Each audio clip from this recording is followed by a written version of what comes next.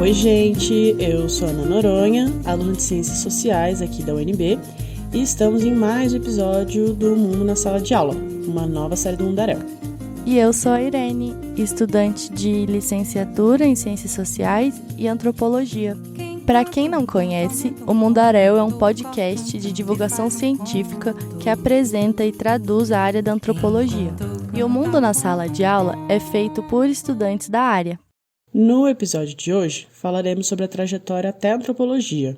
Durante a primeira temporada do Mundaréu, tivemos alguns convidados que hoje vão nos ajudar a entender como é escolher e chegar até o curso de antropologia. Isso aí! E para conhecer mais sobre cada um deles, confira no site do Mundaréu, ou então aproveita para ouvir os episódios anteriores.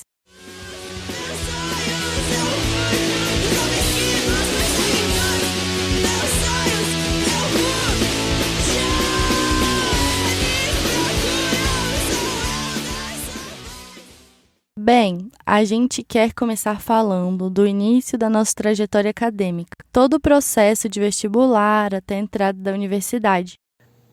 É aquela fase que a gente fica em dúvida sobre que curso escolher, do que fazer no futuro, enfim.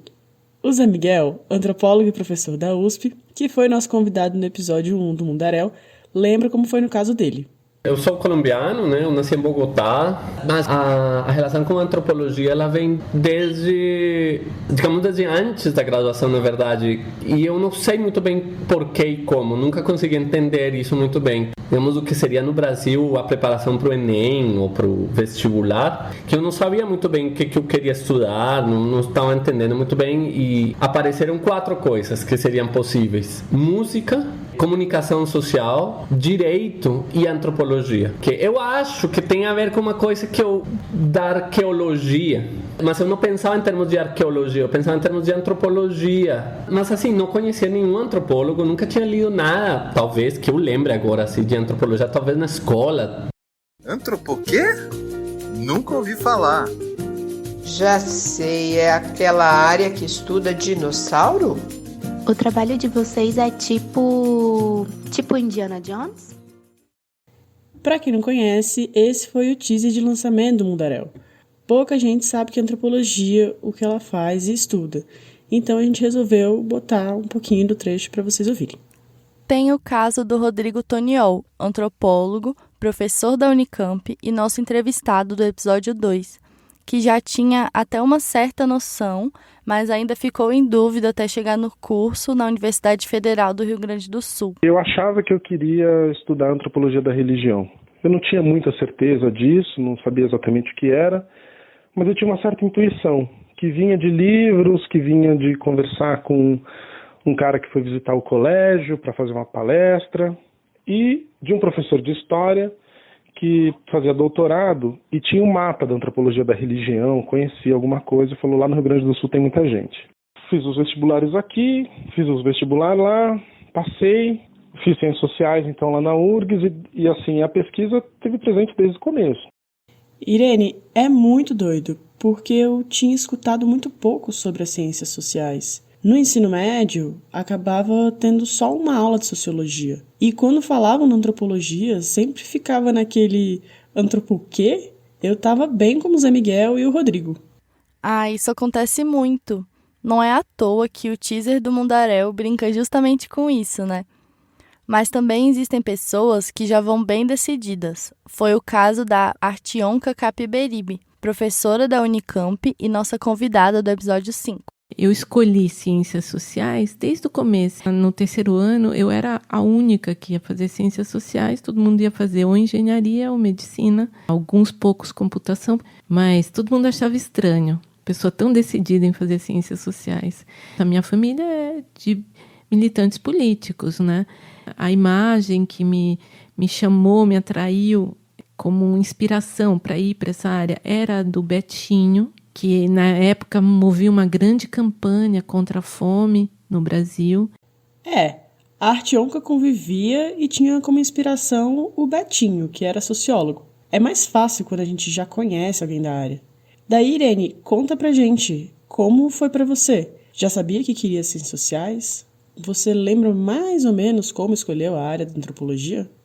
Olha, desde a escola eu sempre gostei de me envolver nos grêmios, movimentos sociais que estavam próximos. Sempre gostei de me envolver com as pessoas. E também sempre admirei muito a profissão de professora. E tinha muita vontade de trabalhar com crianças e jovens. Mas acho que só no terceiro ano descobri que existia o curso de Ciências Sociais mesmo. Então, antes eu pensava em filosofia, psicologia ou talvez português, por achar tão importante esse trabalho com a linguística e expressão na escola. Aí, quando eu defini Ciências Sociais no terceiro ano, estava rolando a reforma do ensino médio. E eu fiquei meio confusa se ia ter sociologia ainda no currículo, se ia ter espaço de trabalho pra gente, né? Parecia meio loucura escolher ciências sociais naquele momento, mas eu escolhi meio nessa esperança mesmo de encontrar estratégias, de lutar também contra a reforma, e não me arrependo de forma alguma, porque além de aprender muita teoria, né, a gente está sempre aprendendo estratégias de luta e resistências e pensando os lugares que temos para ocupar como cientistas sociais. E esse episódio está contribuindo muito para isso também, né? Mas e você, Ana? Como veio parar aqui? Na verdade, foi super inesperado. Eu nunca tinha pensado em fazer antropologia.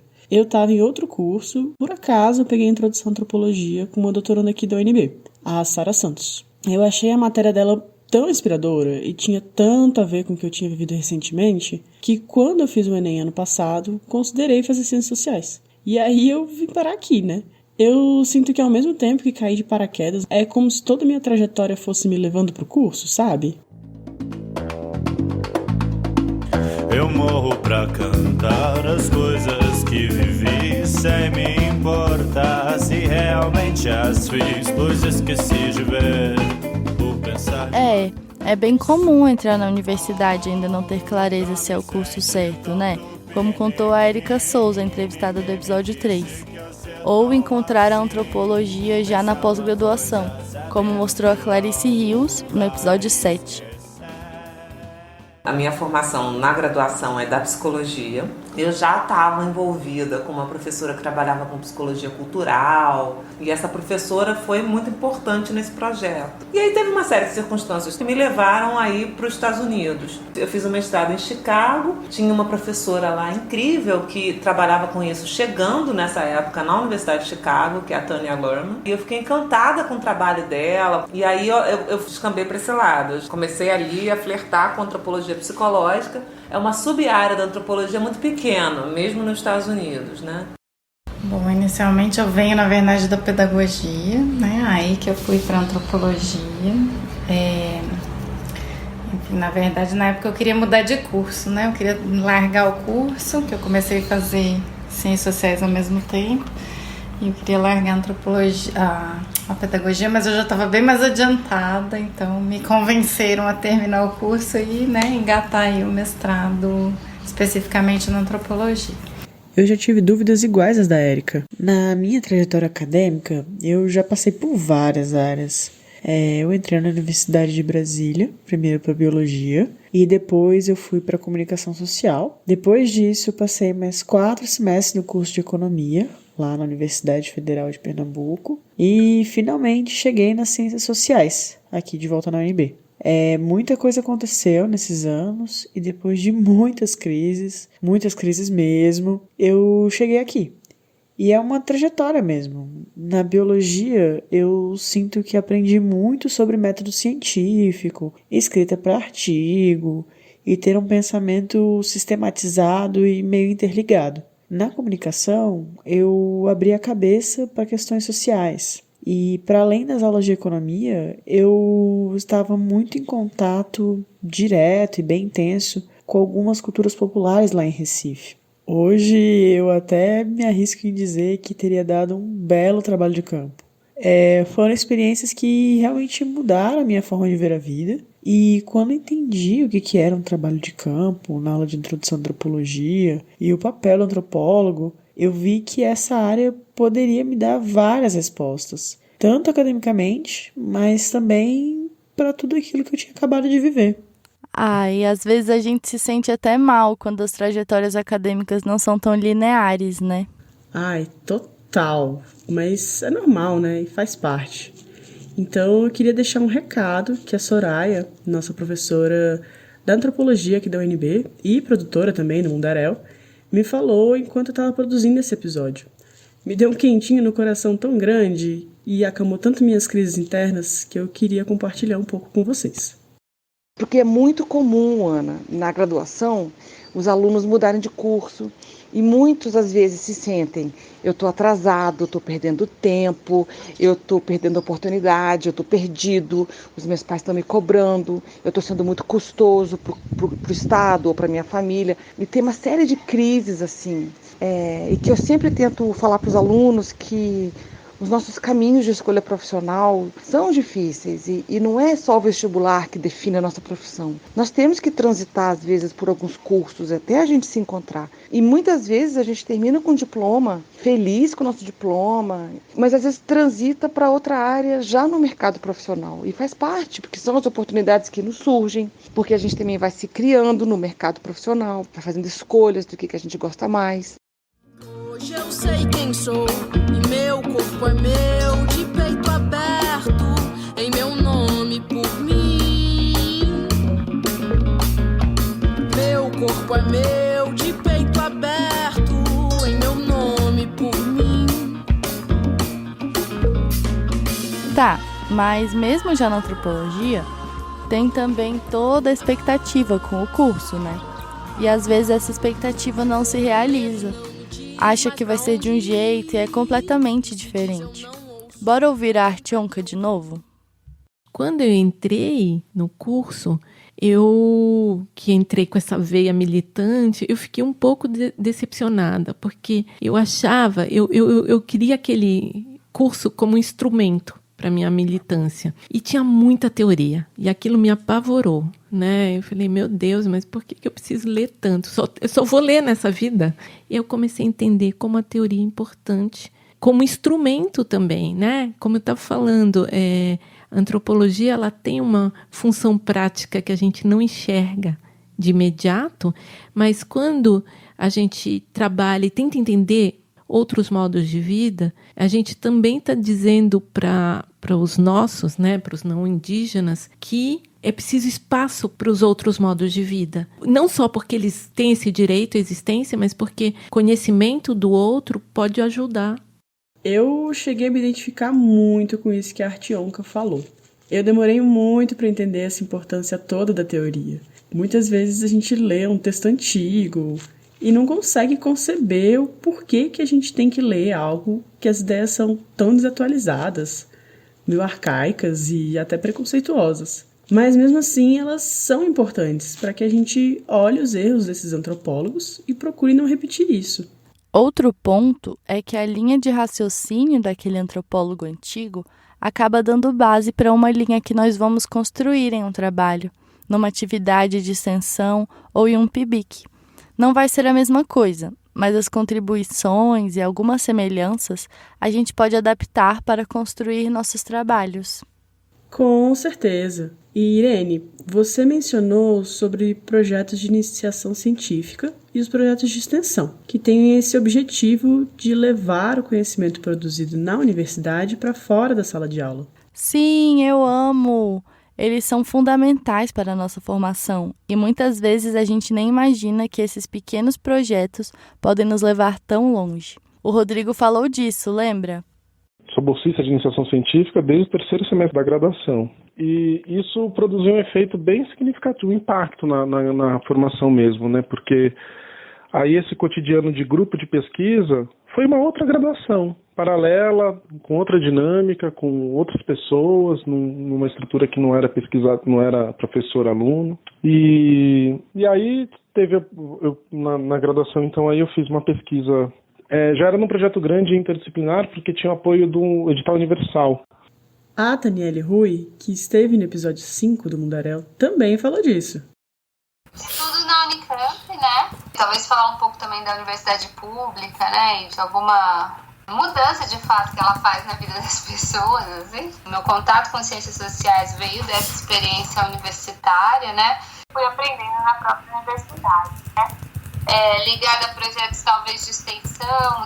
Tinha um específico que foi criado pela Simone Frangella, e ela fez um projeto de extensão com vários alunos da universidade para atuar com população de rua no centro de Campinas. E eu estava nessa. Então eu acho que foi daí que um monte de coisa começou. Tem bastante a ver com uma experiência universitária intensa, né, movimentada, aproveitar tudo que a universidade podia me oferecer e o que eu ia agarrar para construir alguma coisa, né.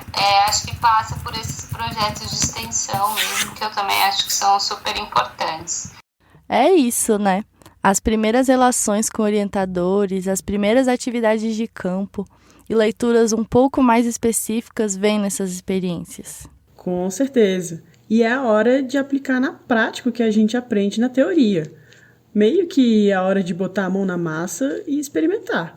E aos poucos, a gente vai descobrindo e construindo o nosso próprio jeito de fazer pesquisa.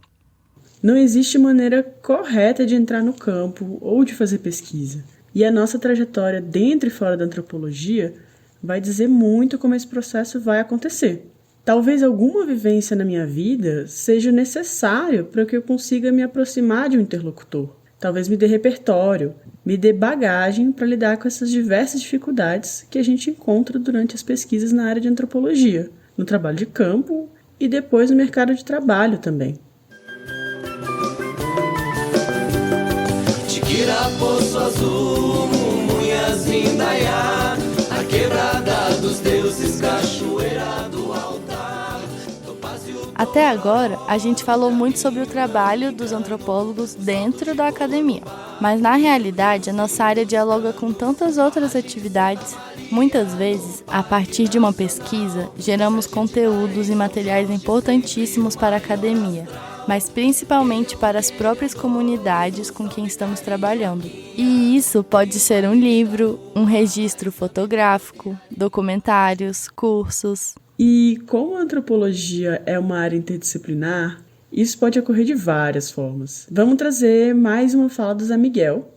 E aí eu mobilizei o meu conhecimento, claro, do campo político da prostituição no Brasil e a minha experiência na saúde sexual e reprodutiva. E então eu cheguei na Secretaria de Saúde de Tabatinga e de Letícia, das duas cidades, e disse, olha, eu sou essa pessoa aqui, eu faço isso. Eu queria saber se vocês têm trabalho de prevenção de HIV ou de outras coisas, e de promoção da saúde com trabalhadoras sexuais.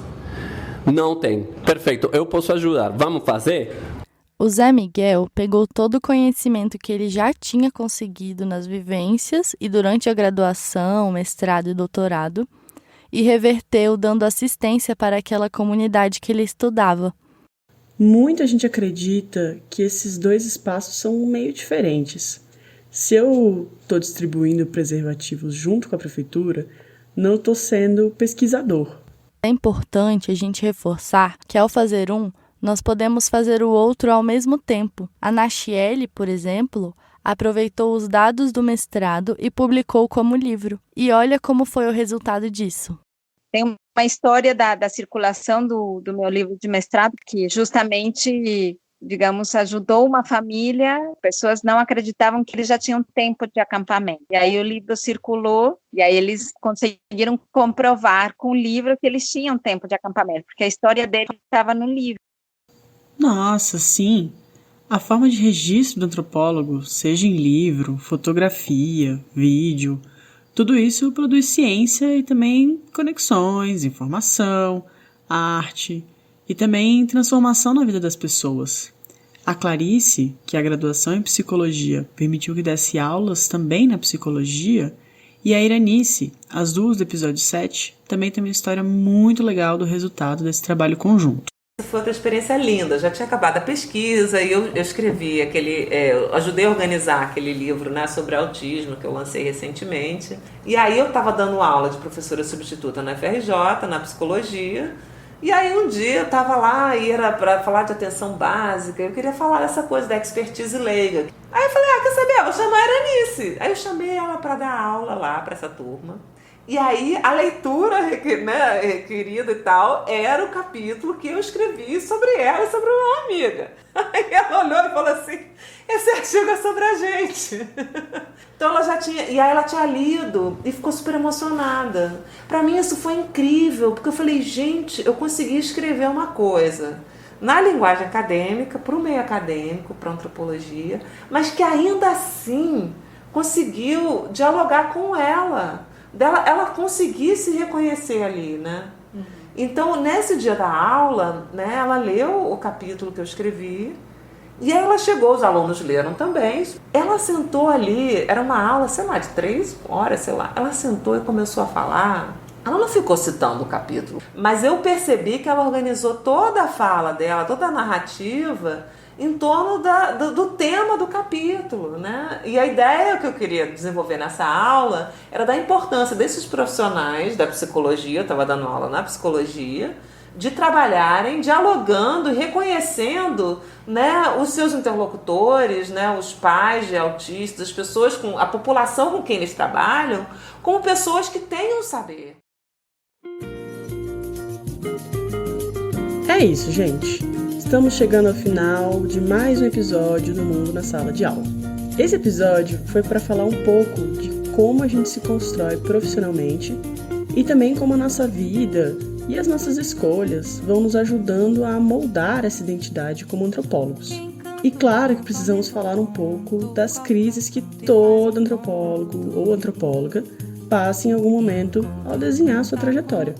Eu espero que tenham gostado das trajetórias que tivemos nessa primeira temporada do Mundaréu e dessa série feita por alunos e para alunos. Lembrando sempre que vocês podem achar a gente em várias redes sociais: Facebook, Instagram e Twitter, e nos tocadores de podcasts. Ou mesmo no site, que é mundarel.labjor.unicamp.br, onde também tem materiais extras que selecionamos especialmente para fazer cada um dos episódios. Para finalizar, eu queria agradecer a Irene, que animou de gravar esse episódio comigo, as bandas e artistas Brutal Mary, Hermano, o Lucas Tufas, que gravou o baixo na música da artista Moara, e a banda Feijão. Para quem não conhece, em todas as músicas que vocês ouviram, tiveram antropólogos ou cientistas sociais aqui da UNB envolvidos na gravação ou na execução desses trabalhos. E, né, é sempre bom lembrar que da samba, literalmente, a gente fazer antropologia e gostar de música, né? Olha aí. Com certeza, Ana. Agradecer principalmente a equipe do Mundaréu. Tem sido uma delícia construir coletivamente esse projeto com todos vocês. Beijão, gente, e até a próxima. Tchau, galera!